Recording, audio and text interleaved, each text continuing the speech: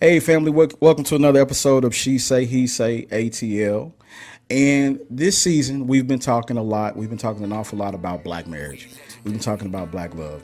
Wanted to deviate a little bit away from some of the things that we had talked about because in the wake of everything that happened in 2020, we saw a huge need for maybe a change to the paradigm in regard to black people. And one of the things that we wanted to do here with She Say, He Say is our way to change the paradigm is really look at building the community. And one of the ways you build the community as black people, and a lot of people don't know nor realize this, is by marrying, right? It's very important that you marry and settle down. And as black people, we don't do that. As black people, we do that at about 29 to 32%, right? Which, if you look at the correlation between the wealth that we have in the black community, there's a direct correlation. Who would you guys think who would you guys think is the community that per household right now actually is winning? Actually, who has the highest income per household? Who would you think that is right now? I mean, I think most people would probably assume that it is Caucasian households. Okay. Same? I don't know. Maybe Asian households. All right. And I know you already know. I already know. Yeah, I already know. All right. So it is the Asian household. The Asian household has overtaken the Caucasian household because they marry and stay married at a higher rate. Right. So as black people, I think that's very important. If we call ourselves, quote unquote, securing the bag, I think what we need to do is we need to realize that the easiest way to build wealth and stability, that's huge, in our communities is through marriage, right? Which, after coming out of the Holocaust, we really don't do that anymore. And when I speak of Holocaust, I'm talking about the 70s, 80s, and 90s. Sure. And you talk about everything that we went through, the total destruction of our families. We don't do that anymore. So that's what this season of She Say, He Say is about. It's just really about, building marriage and getting men and women on board with finding someone to settle down with and be married, right? So that's kind of what we're talking about. And for you who's smiling, it is you who prompted this particular show because of all of the debates that we would get into about polygyny, right? Me and you would get into those debates, and first thing sister said to me was, make sure first, let's get some men who want to get married. And then after that, once we get all of these men married and there are no men left, then we can talk about the double up. Yeah, right. Then we can talk about your situation. Right. I said, you know what, you're 100% right. Because that lifestyle is not for everybody. Right. But there was a doctor who had wrote a paper on that for the black community that might be what it is that we need. But my sister is 100% right. We can't go there until we make sure that all of the monogamous relationships that we can put together are together, right? So that's one of the things that we are doing this season. That now you don't know, we did have a polygamous couple in here, and we did interview them, and we did talk about how they love and how they figure things out. But monogamy is hugely important because that's not for everybody. Right. But ultimately, we're talking about building the black family again. Sure. This season. So what I want to do, this show is specifically about why it's oftentimes a struggle for highly educated black women, beautiful women such as you guys are. Why is it often hard for you guys to find a spouse? You would think that with the things that you guys have done and accomplished, you would think that you'd be one of the first women off the board, right? You think that married and the ability to stay married would be something that would be very easy for you guys, right? But oftentimes what we find statistically, it's not. So that's one of the things that we want to talk about today, see if there's a stigma that we can kind of get rid of and really talk about. So I'm going to have you guys to introduce yourselves, and when you introduce yourselves, just kind of give us an idea of what your profession is and maybe your education level, and we can go from here. And we'll start over here, and we'll go around this way. So we'll start with sis. My name is Shonda Bailey. I am the sister of Mr. Michael Bailey, the host. I am a doctor of audiology. Just recently, in the mad year of COVID, purchased my own practice. And I'm single. Okay. All right. My name is Tanisha McGraw, and I am childhood friends with the sister of the host, Shonda. Known her since I was 13 years old, and I have a master's degree in public affairs. Got that late after I had kids and everything, so I did that as an adult. And right now I'm currently working in production for television in LA. Nice. Yes, I'm actually here working on one job, but I live in LA primarily. So Nice.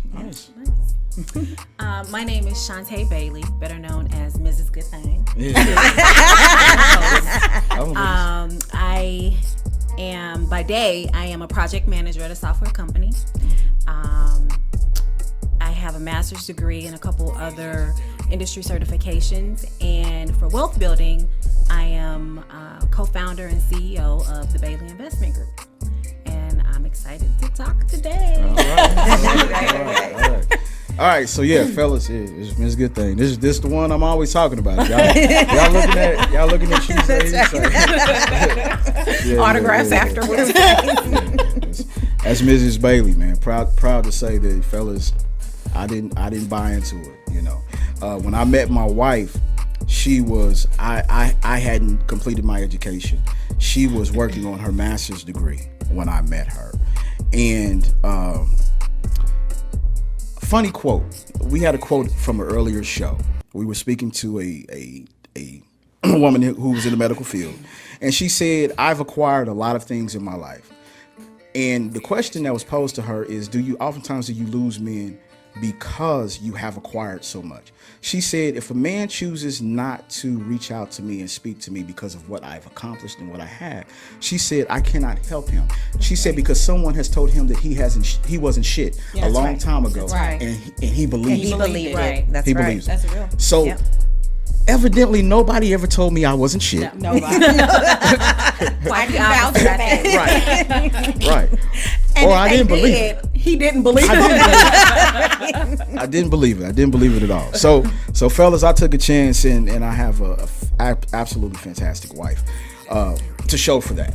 But let's get into it. We're going to get into the question. So what we find in our particular community is that majority of you women who are educated, is the unfortunate thing is most women, Asian women, white women, they have an advantage over you guys because they more than likely will marry their academic peer.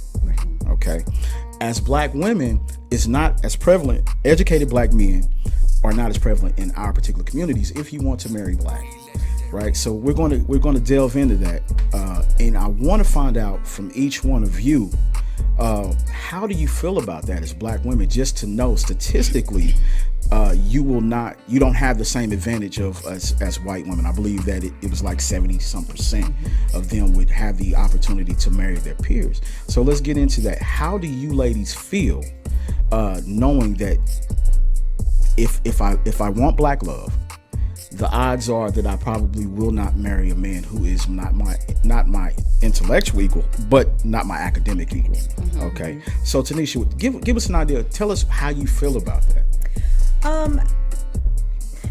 Actually, I started, like I said, I got my bachelor's and my master's degree as a whole adult. I was in my 30s when I did that. So for me, as long as intellectually speaking, we can have a conversation. We can talk about the things that are most important, and we have similar, paths and ideas about where, we want life to go. I learned very early that is a true thing because you rarely come across educated, meaning they've got a bachelor's or a Right. master's degree. Right. Black men, especially as I got into my 30s, because I was married very early, but then I got divorced in my very early 30s. So I've been single for like 11, 12 years now.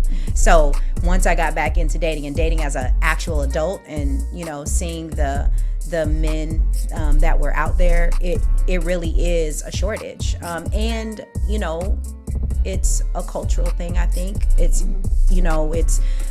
growing up, a lot of young black men aren't pushed in that direction. They're told to go get real jobs. They're told to go do the things that their fathers and grandfathers did, which were work for companies for 25 plus years, and not to even waste their money on education.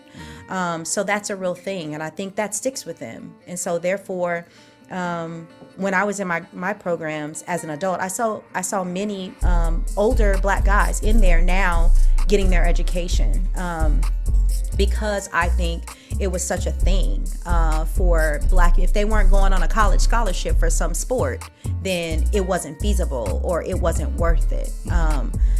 So I think because of that, the residual effects of that is that, as we get into our 30s and there's still single black women, because we're always pushed to go to college.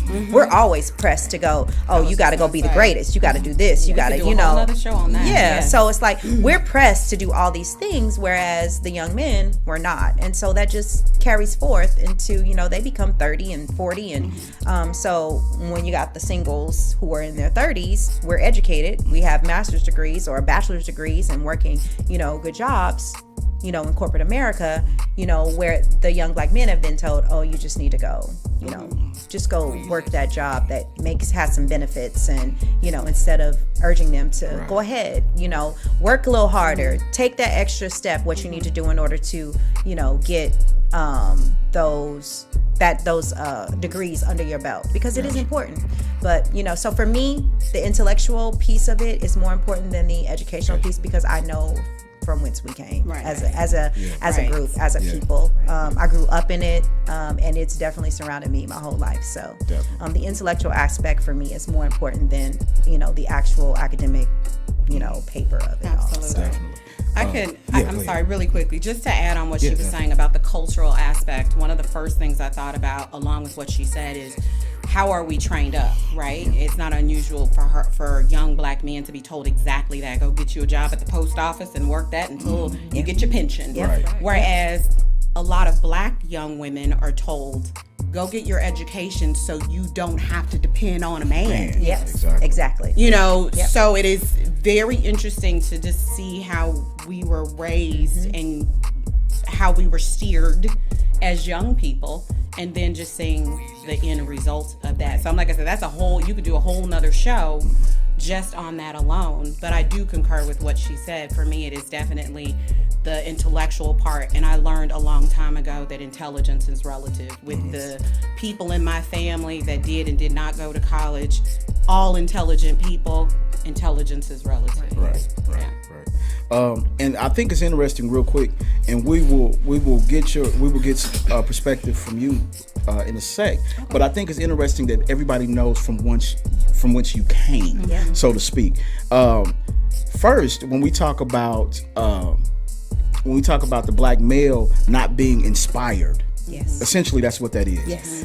Everyone needs to know that you guys went to magnet schools, so to speak, coming up, right? Yep. You guys went to the famed Sumner Academy, right? Yep. And wife, your school was Sodan International Studies. Exactly. So you guys were expected, because of from education was paramount. Let me ask you guys a question, and you probably never thought about this or never asked the question: were there more girls in the school than boys? Or do you remember? Absolutely. I think there were absolutely more girls. Absolutely more girls than boys. Yeah, there were. I had to think about that because our school was also diverse. Yes. Yeah. So we kind of had some of everything as far as nationality or race. But yeah, I think there were more girls. Definitely than more boys. girls. I have to add to that because my school was too, and there were certain limits or things that you had to accomplish or achieve to stay in the school. Right. And not only were there less boys, but there were less African African American boys, Yes, because hands when it down, came easy. to the famed, Right. football night, Friday Right, night football exactly. games or Yeah. basketball games, there were Armenians and there were Caucasians and there were blacks, but there weren't a lot. Like we weren't a winning team in the neighborhood, Right. because we just Same. we know all about it. Right. I mean, we just went, to look cute, but we Right. weren't winning any games We know because all when about we that. played the other inner cities, we were in the inner city, but again, Yep. it was a magnet school. Same So when we thing. played the inner city schools, And got they trampled. were winning because our team was so diverse, which you appreciate now, but back then it's like we don't got no black boys, Right. But No athletes on this right, team. no athletes. Right. So, So- absolutely. I'm not a huge conspiracy theorist. Yes, I am. He said yes. I was gonna say But- by that he means But I'm not going to say anything. But pay attention to what each and every one of you guys just said, right? Because we know that academically, I knew several black boys that I grew up with that were stalwarts academically. I can name several of them that never made it to Sumner Academy, Yep. right? Oh, you want to know why? I can tell you that. I have a nephew who, his mom told him, "You better not go there." Like it was like that mentality of, oh, you got some kind of stigma attached to going to. the nerd school. You're say going to it. be a nerd if you go there. It's the nerd school. Proud nerd here, but Amen. Right? but like a lot of the boys who should have been at Sumner did not go because of their family members. Or sports, if they wanted Right. to They stay wanted to with And they Like wanted sports. to be Yes. with the And their sports programs friends. who were at, Yep. the Wyandotte, the Washington, Right. they wanted to be at those schools because they weren't. No, they were known for That was types of my things. thing. However, I do feel that it should have been, maybe my parents should have been like, no, this is what we're doing. You were supposed to go. But here's the thing, and I look back on it and say, you should have went, because the expectation is set from the gate. From the gate. You know, is. you're going to college. There You're was no college conversation bound. at that Exactly. school about trades. It was Oh, yeah. all about College prep. That's That was right. it. Like Yeah. you, we had to College maintain an average on our GPA. We couldn't get below that. We got on probation. Yep. People got kicked out. Yep. It was for real. no fighting. No You're fighting. out of there. Yep. Yeah. Yeah, and I'm thankful for those schools that they put in the inner city. Right. But just understand from where we come from, Yep. right? And all of us here now, don't get it twisted. These women have achieved phenomenal things, but we all come from a background in which the day that each and every one of us was born, there was a tick for welfare, Absolutely. and there was a tick Yep. for prison. Yep. You know what I'm saying? So we come from those type of communities, right? In the From the concrete. Yep. Exactly. In the height of the drug trade right. in our Right. communities. So that's where we come from. But with that being said, the next question is, with the information that you have and you realize that the odds of you being able to marry your peer, what else do you look for? Tanisha, you spoke of you wanted that intellectual, Right. right? Right. What else do you ladies choose to look for? Because you want your intellectual equal, you want to be Right. able to have a conversation, right? But what else do you ladies look for? Shantae, tell us what you're looking for, or what you looked for. He's like, hold on, let me Look. fix that. Past tense. Past tense. What did you look for? Yeah. Well, in my when I was single in my late 20s before we met, I honestly, and it's gonna sound so corny, I'm a hopeless romantic. I honestly wrote down all the things I wanted in my spouse, and at first it was a very long list. But then as time went on, and I prayed over my list. But as time went on, I started getting the things that were important, and so the things that really attracted me to you and that started our union was the communication, the attentiveness in the beginning, and then the more I got to know you, the characteristics that you held about your family values, the way that your mom, your relationship with your mom and your sister, the way that you were really, you were previously married, had children, the way it was important for you to make sure that your boys and your daughter were raised with you, that you had them, that you were important in their life, that you were seen in their life. So it was those type of values and those type of characteristics that attracted me to you. And then the fact that you want what you wanted out of life, your vision, you were a visionary. So the things that you wanted to accomplish in life, and it didn't matter, it was your attitude. Like, yes, you were going to school at the time, and I was going to school at the time, but it was your drive for higher education was like, I don't need that. That's not necessarily as important for me as this is. So I would say the values, the characteristics, the family structure, the respect level, the fact that we could sit down and have a conversation about what was going on around us, our community and our people. So all those things to me were extremely important, for what I was looking for going as a woman with, fostering 3 children at the time, going into my 30s, and looking for stability and things like that. That was important to me more than this piece of paper. Right. Shonda, what you think? What do you really I mean, obviously, I would definitely agree with everything Shantae said. I think the thing that I have, like Shantae said, I mean, you start off with this list. And I don't think that I ever really had things that people would consider hugely superficial on the list. But you do get to a point in life where you realize what genuinely matters. I mean, you really now want to look deeper. I mean, you want to see the core of a person. Right. Who are you? What are you made of? Just general traits of kindness. Are you healthy? Are you happy? Are you whole? Are you, and I know, again, kind of going back to our community, I mean, I get in our community, there's a lot of brokenness, okay? But I will say at this point in my life, I am looking for someone, even if they have not achieved everything that they want to achieve, that they have this level of self-respect and self-love that they have a certain level of self-respect and self-love. It has no other. He has no other choice but to display that same level of love and care and respect on me, on other people that he meets, on his family. That he is self-assured in a certain way. It doesn't have to be that he's reached the pinnacle or that he's reached everything that he's accomplished everything that he wants to do. It just has to be something inside of him that makes him okay with where he is in this moment. And kind of that, like you said, if somebody told me, that I wasn't whatever, I didn't listen. Kind of that attitude. It's like, irregardless, I'm going to get there. And I'm going to get there. I'm going to get there in a certain type of way. Right. Not by any means necessary, but I'm going to get there. Right. Okay. All right. What else, Ms. Tanisha, is it besides that you look for? So you speak on the list. So our mutual friend Erica told me a story about when I first moved to LA, actually, and she told me this story about.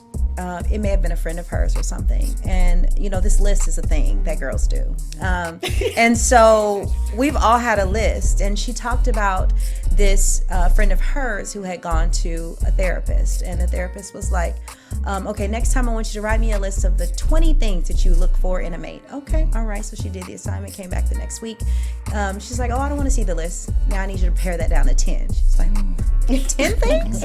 She's like, okay, all right. I don't want to see that list. So bring me back the 10 list. Okay, next time she went to therapy, she brought her back the list with 10. Nope, don't want to see that one either. Now I need you to make it 5. 5. I was like, oh. And so she got back with the 5 at the next session. She was like, no. Now, seriously, I need 3 things. The 3 things that are most important to you. Like, that story has stuck with me so much in the last few years because we have this list of ideals and things that we want, but what do we truly, truly need at any given point in our lives, right? Because we're constantly evolving. And I know in the last 6 years, I've done a lot of that. I literally started my life over 6 years ago, and I decided that I was going to finally do the things that I've wanted to do, or I really didn't even realize I wanted to do it. So for me, it's the 3 things for me, right? It's the 3 things for me. It's security. That's so paramount for me. And I need honesty, that trust value, right? I need someone who's gonna be transparent with me and communicate with me. God is, of course, the number 1 on the list for me, because I need to be able to have someone pour into me like I'm pouring into them. So I don't really mind if someone is in a space where they're still trying to figure it out, because I'm doing the same thing. I have finally decided what I'm trying to do and the direction that I need to go in to get there. And I'm 45 years old. Say it loud. 45 years old. And proud. So, it's really hard, for me to say, oh, I need you to just come like 100, because I know it's really difficult for sometimes for people, especially Black men. It's really hard for them sometimes to figure out where they belong, where they truly, truly belong. And if they're any kind of person like me, which is the type of person I'm going to be attracted to anyway, they are going to have that spirit of, going and doing the things that they feel purpose to do. Right. Even if it doesn't look like what that is very attractive. What everyone says they're supposed to do. Yeah. So for me, that's most important. And so those are the things, those three things: that's honesty, that communication, essential. Like, if you can't talk to me, if I can't feel like I am understanding you, and I don't feel like you're understanding me, then it's a total block for me. So for me, that's my. And when she said honesty, I thought back to me saying, what's your core? Yeah. Because you can get to know the character of someone, and everything blossoms from that. Absolutely. Everything else you feel about that person comes from that. Right. That is the, he's out late and you not sitting up worried about. Absolutely. I mean, just understanding what's here Right. and who this man is at his core. Right. Those are all the things that give you peace, help you trust him. Yep. All of that. Yep. Character. Yep. Who That's he it. is. That's it. Okay, so that was the easy question. let's dig in a little bit deeper. Okay. A lot of fellas won't push up on women such as yourselves if they have not achieved a certain level of education. Not necessarily because they feel that they're not shit, I guess. Sometimes they feel like maybe you guys are a bit difficult to deal with, right? And we could extend this show a whole nother hour if I wanted to talk about the difficulties that sometimes come with a woman who's achieved certain things. Where? I have no idea what he's speaking of. Excuse me. I've never heard of that. What is he saying? So my question Wasn't he just talking about how blissful your relationship was? What? hey man, all relationships have their trial and tribulation, right? which we both contribute to. Yes. So being honest. But let me ask you, ladies, do you feel that you tolerate less from a man who does not have the same level of education that you have? We'll definitely skip you. We'll come back to you. But Shonda, lead off on this one. Do you feel like you would tolerate less from a man who doesn't have the same education? Okay, so we are still talking about the guy who is my intellectual equal, right? We are talking about him. If we are indeed speaking of him, If we were speaking of this, Give us both. if we are indeed speaking of this guy, then I don't know. I mean, I don't believe that I would treat him any differently than somebody who has a PhD from Harvard, as far as me and our conversations and what I will and will not tolerate from him. But I mean, honestly, to speak to any man, I mean, I think, again, we're in our 40s. I mean, you just get to the point where you have a different set of values. So at the end of the day, I'm only going to tolerate certain things from any man, a certain level of things from any man. I don't care who you are, what walk of life you have.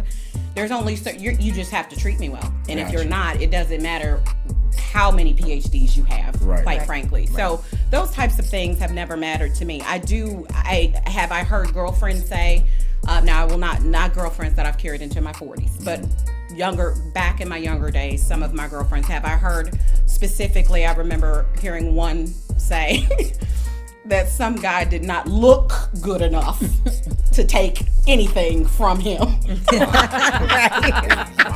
And I looked at her and I said, girl, I don't care what he looks like. And so, no, I mean, like I said, I just have certain values, and I just want to be treated a certain way, and it doesn't matter. It doesn't matter your level of education at all. Okay. Same rules apply. All right. Tanisha, what you think? Same. Like, I've had guys who are super educated, attorneys, just people who, guys who are, status, with the They look good on degrees, they look paper. look good on paper. That's it. Thanks, friend. So they look good on paper, but they're shallow. They're egotistical. They are not nice. And I just Condescending. oh my gosh, I have no time for that. So for me, it's about the respect. It's about, how are you treating me? How are you handling me? Right? How are you handling my emotions? How are you handling the fact that I come with things, right? Are you handling me with care? And for me, that is what's most important. It doesn't matter how many pieces of paper, or if you have any at all. As long as we are intellectual equals, and we are able to communicate effectively, and with depth, because that's also very important to me. I do not like surface. I don't exist there. Right. And so, as long as those things are present, the education to me is like, it's a piece of paper. Because like she said, like, I'm in my 40s. I don't. That status is just that. It's just a status. Because so many of those guys that I've met over the years, they're trash. Right. All right.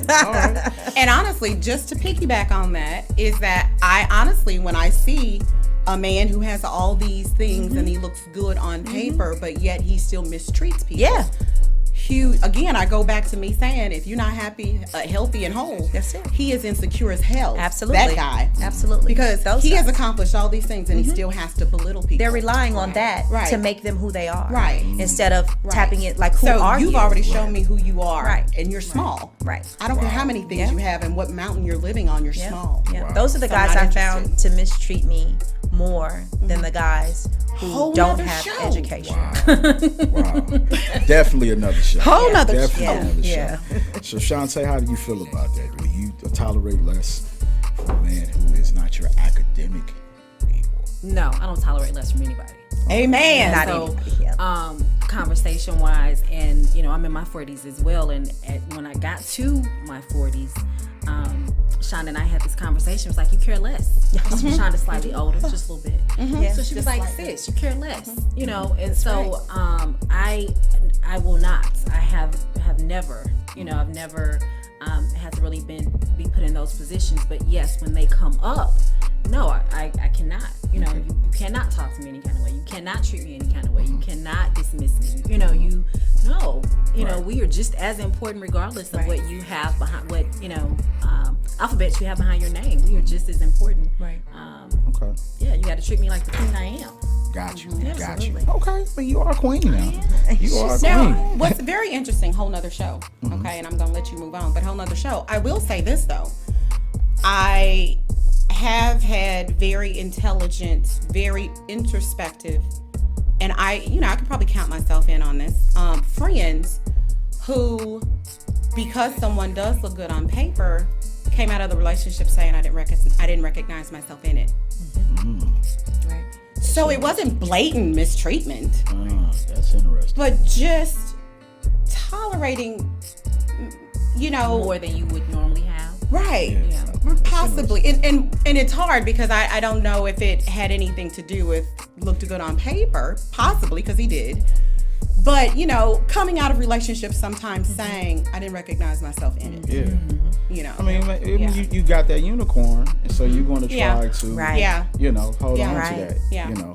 So, okay. So the next question is, being a boss, right? One of the problems that a lot of men are grown. We've grown. Let's be honest. We grew up in a patriarchal society. Yes. Where in our community, the matriarchs Yes, ma'am. held everything down. That's right. Right? If we're being That's right. honest, right? So, with that being said, you ladies are bosses. Once again, hats off to the things that black women have been able to accomplish coming out of the Holocaust, right? But now you have grown up with, being the boss, so to speak. How do you balance that with having the ability to still be somewhat submissive? I don't believe anymore that's for us in our community as far as a woman being totally subservient, you know what I'm saying, or totally submissive, but somewhat submissive to your spouse. How do you balance that? Shantae. Spotlight. He couldn't wait to get there. He gonna spin her all the way around the room and then go back. Right. Oh my goodness. Chantel, how do you- You are not right. I have gotten better. I'm working on it. It's a work, definitely a work in progress. And let me just say this: we've been married almost 11 years. We were together almost 13 or 14 years total. It's been a work in progress. So when we first got together, I had a mouth, honey, if you can just believe it. I can't. Not you, sis. And he was just like, no, this is not how this is going to go, you know. And I was quick to let him go. Like, listen, I can do bop, bop, bop, bop, bop. And when I got to him, he was like, you can't talk to me like you be talking, you know, you can't do that. So it was definitely a work in progress. It was very hard. It was very hard because I have always been taught to have your own. I've always been taught, oh, you getting married, that's cute, but you need black, you know, That's moving in cute. with somebody that's nice. Black girl training. That's nice. You need to make There's sure a whole you have your mess. own this, your own that, 6 months of this, you That's know, blah, right. blah, blah. That's right. And so coming in and joining with someone who had different things, it was very hard to be like, this is ours. You know, ours was a word that took me a while to learn. This is mine. Right. You know, this is mine. And he would always say, and some things he did on purpose, and Shonda knows, some things he did on purpose just to kind of break me. You know, his thing was, you're trainable, was his quote all the time, you know. But he would do things like open my mail, or, you know, something like, you don't have any mail. You don't have this, and this is ours. And so it was very interesting. My brother's awful. I've gotten much better. Much better. But it was very hard because, like I said, you come into the relationship, you're raised from a little girl to have your own stuff and to have as many tools in the toolbox so that you can be as flexible as possible because you're already behind in the race. That's right. You know, so when you come in, you have to learn, joining with a spouse, you have to learn how to rethink those things because a lot of those things are survival, and our parents did them because that's what they knew to do, and that was the best thing to do and for them at the time and for us. But now you have to come into a situation with someone to where you have to share. And you know, you went to church every Sunday and Bible study every Wednesday, and but now the Bible says to be submissive, since we kind of talked about that. But now it's like, don't be submissive, you know, like you have to be your own woman, and which is what your girlfriend say. You have your coffee, it's a lot of talks and mixed your messages, wine. right? Yeah, it's a lot of Don't lose yourself in him, girl. Don't lose yourself for a man, and don't do this, and you don't need a man, and you know, I need a man, I want a man. That's right. I had to learn how to man. Absolutely, my man. That's right. You know, That's right. And so some of those things, as a woman, you have to slush off, because it was good to get you where you are, but now you're in the real world, and with a real man, you can't. Some of those things ain't gonna work. That's right. So most of them ain't. Yes, it was That's right. very, very, very hard to be a boss in the daytime. I'm proud of my sister-in-law. And I said, I am proud of my sister-in-law. Yes. You have come a long way. Yeah. Because sometimes, you know what I'm gonna tell you? I'm gonna tell you where I revel, where I just go, oh my gosh, she's amazing.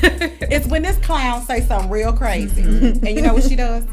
Nothing. She just stays silent. And I'm thinking, how? Are they giving you the time? Yeah, we got it. Okay. I'm like, how in the world are you quiet? But she's done it. She's come a long way. I'm so proud of her. All right, so ladies, we count down. So I'm gonna skip ahead. I'm gonna skip ahead because it's definitely one I want to get to. But this one minute answers. Okay. And I'm gonna hit you two ladies with it. Okay. Okay. Should black professionals focus more on earning potential and financial planning potential as opposed to the education and that a man may have? Okay, I'm sorry. Repeat that one more time. Okay. Should black professionals focus on, women such as yourself, should you guys focus more on earning potential when you're looking at your spouse, earning potential and financial planning as opposed to education? Yes, you should look more at earning potential and financial planning. Okay. Over education. Okay. Because I mean, there are PhDs out there that make minimum wage. I mean, or PhDs out there that make $30,000 a year. I mean, and no shade, oftentimes it can be their choice because they've chose to do something non-for-profit, or they've chose to do something with their lives where it's not about the money. So, I mean, I guess it just depends on what you and your partner want to accomplish in life, Right. So I guess if we're talking about black legacy and earning potential in black families, then I would say earning potential, Okay. and financial planning. Okay. What you- Yeah, same for me. Because like I said, starting over, late in life, I think it's important for me specifically, I'm looking for someone that I can build with. Okay. And so the building is, you don't have to have a degree to know how to save money, to know how to invest, to know how to buy property, to know how to,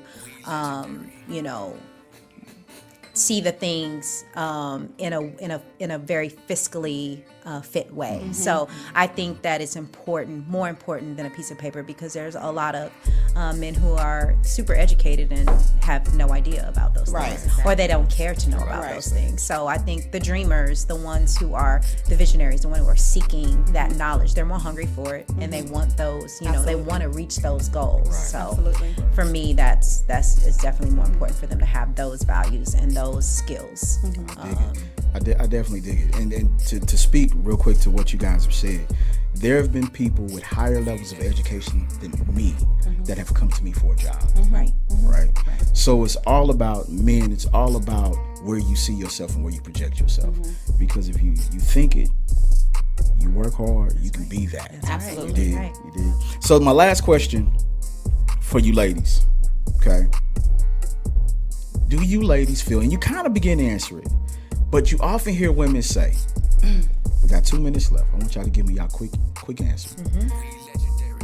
You often hear women say, I don't need a man. And you guys said that you were raised to not need a man. Tanisha, do you need a man? Absolutely. I have never been of the mindset that, I don't think I've ever said it out of my mouth. Not ever once in my life. Not even when I was going through it. Okay. Have I ever said that. I need a different one?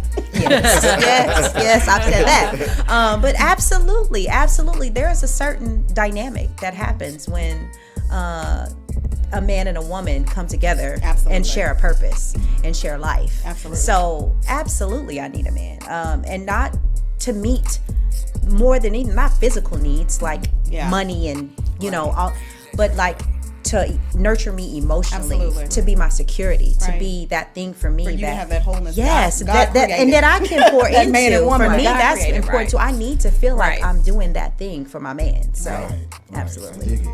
What you think? Why don't you tell me about it? My simple answer to that is yes. I mean, have I ever in my life said I don't need a man? Yes, I have said that. But I think initially when I said that, it was always about, I don't need you to do anything for me in a material way.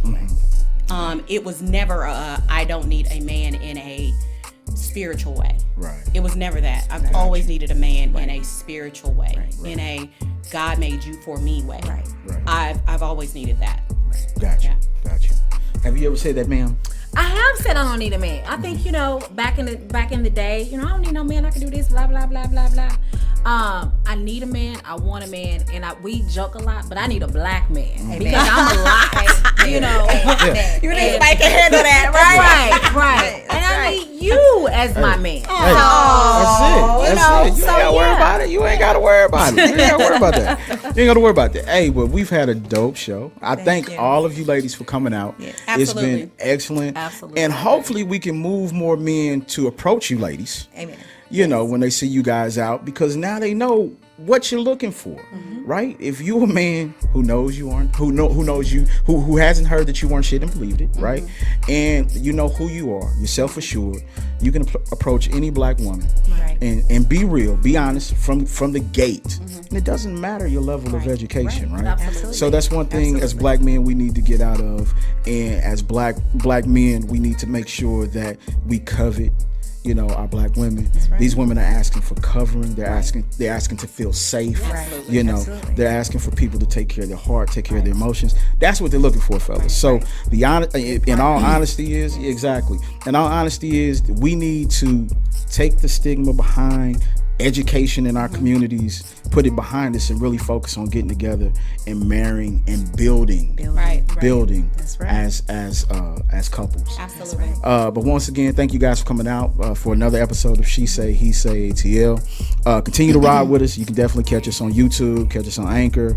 You can catch us on Spotify for all audio as well. And Tanisha, did you real quick want to tell them about your podcast? Yes, shout outs for my podcast. It's the Finally Free podcast, also available on Anchor and on Spotify, Google, Apple. So Say it's that out again there. for me, sis. You said it kind of fast. What's Sorry, the name my of it? bad. The Finally Free There we go. podcast. Finally yes, Free yes. podcast. Also on Instagram or at Tanisha McGraw. So There it is. Yeah. There it is. So once again, thank you guys for riding with us, and you guys have a safe and wonderful evening. We out. Thank you. Thank you. We're going to exit out on some Anita Baker. I want to know what the